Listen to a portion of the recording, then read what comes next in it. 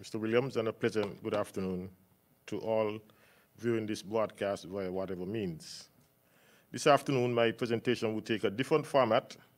I have chosen to adopt the CMO's and Mr. Samuel's presentation format. So today I will do a PowerPoint presentation, hopefully to help me explain my presentation. Now, by now, most of us will be aware that we have new regulations. I've indicated in previous briefing that the old regulations would have expired on the 8th of August. And so we have new regulations that has been approved by His Excellency. And these regulations come into effect from today, the 8th of August, and runs until the 29th of August. Now, these regulations have some fundamental differences. There are some fundamental differences between these regulations and the previous ones. We continue to see further easing of the restrictions. And so today I will highlight some of the new provisions as well as to highlight the restrictions that have been lifted. Now, there has been some confusion in the past about what is a public place. Now, this regulation has sought to clear that confusion, and so it has defined public place with respect to the wearing of masks. Now, we know the wearing of masks continues to be an important aspect of the prevention of the spread of the disease, and so everything is being done to encourage our people to wear the mask. Public place is defined as an indoor or outdoor area, whether privately or publicly owned, to which the public has access by right or by invitation, expressed or implied, whether by payment of money or not. And it includes shopping centers, supermarkets, pharmacies, banks, utility departments, bars, drinking places and restaurants, hotels, schools, and all other educational institutions, hospitals, whether privately or publicly operated, churches or other religious establishments, public transportation, community centers, government offices, public markets, and other places or buildings of all types accessible to the public. So the definition is very broad, and it almost appears that once you leave your house, you're in a public place. Now, the regulation provides some exceptions to the wearing of masks. We've heard persons who are complaining that they cannot wear the mask for various reasons, and those were taken in consideration. And so the new regulations have created some exceptions for those persons who have underlying conditions. And the exceptions in Regulation 15.2 says a person shall not be required to wear a mask if he or she is under the age of 3 years old. So that will take care of Mr. Williams' concern whether the first grade and second grade should wear masks. If he or she suffers with a disability, cognitive impairment, dementia, asthma, chronic obstructive lung disease, or other similar health condition, or if he or she is within a private space, including a private vehicle. So these are the exceptions to the wearing of masks. If you're under the age of 3 years, you don't have to wear a mask. If you suffer from a medical condition listed here, or any disability, or if you are in your private space, if you're in your home or in your yard, or if you're in your private vehicle and you're out in a public place. Now, this particular regulation has created a lot of public discourse, but as I mentioned before, everything that is done in these regulations to protect public health.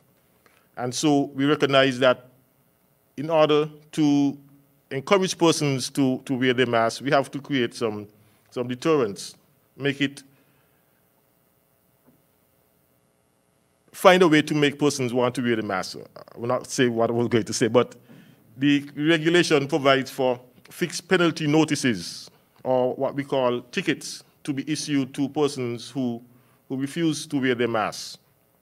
And the regulation on the regulation 22.2, it says a police officer may issue a fixed penalty notice to any person who contravenes the provisions of section 15 in relation to the wearing of a face mask in public places. And I define public places. Now, what this is doing is to creating some consequence for persons who refuse to wear their mask in these public places. And the fixed penalty that would be applied in this case would be $500. Now, we've been mentioning that there was a fine of $5,000. That $5,000 fine still remains in the regulation, but this is if you refuse to pay the $500 ticket and you have to go before the court. The magistrate now has the discretion, now has the power to increase that $500 fine to up to $5,000 and to imprisonment for 6 months. So you have an opportunity to pay the fixed penalty of $500, and there's a period of 10 days that is given to pay that fine. And if you refuse to pay that fine, then you're taken before the court, where the magistrate has the power to increase that penalty. Of course, these penalties can be avoided. It is not our intention to see anyone having to pay any of these fines if you just simply wear your mask and you don't have to pay any fine. Now, with respect to the easing of restrictions, we've seen some adjustments to an adjustment to the curfew hours. The curfew has been adjusted to begin at 2 a.m. until 4:59 a.m. This means that bars and restaurants can operate until 1 a.m. when they must be closed in order to allow their staff and patrons to adhere to the curfew. So the curfew now extends from 12 midnight to 2 a.m. And so the bars can also extend their operations up to 1 a.m. when they must be closed so that their staff could get home on time. However, the protocols still remain in place. All the requirements still remain in place. The patrons, all persons, expected to adhere to social and physical distancing protocols. All persons must adhere to hygiene protocols. No more than 8 members of the same household should be in close proximity to each other while you're in the bar or restaurant. And no more than 2 persons who are not of the same household shall be in close proximity or shall group together or share a table. The spacing between the tables shall allow for a minimum of 6 feet between persons, and all persons, including the restaurant staff, shall wear a face mask covering their nose and mouth, except, of course, when they are eating. So all the protocols remain in place. The only thing that has changed is the length of time that you could remain at the bar. Restrictions on social events. I've been getting a lot of questions from some entertainers whether they could have their functions now. I would say there is a little bit of leeway here, but the regulation remains that no person shall host, attend, or visit a private party, a banquet, ball, or reception, or any other type of social event, except with the written permission of the Commissioner of Police in consultation with the COVID-19 task force. So this suggests that there is a possibility that you could have some events, but of course, there would have to be some consultation with the COVID-19 task force. Then the commissioner would grant the permission, having consulted with the task force. So there's some easing there in that regard. Education and religious instructions. We've heard from the Ministry of Education a while ago. All educational places of instruction shall remain closed. However, this regulation does not prohibit any activity referred to that is done by electronic means, electronic or virtual means, so that if you're having your educational activity by virtual means, that of course is encouraged.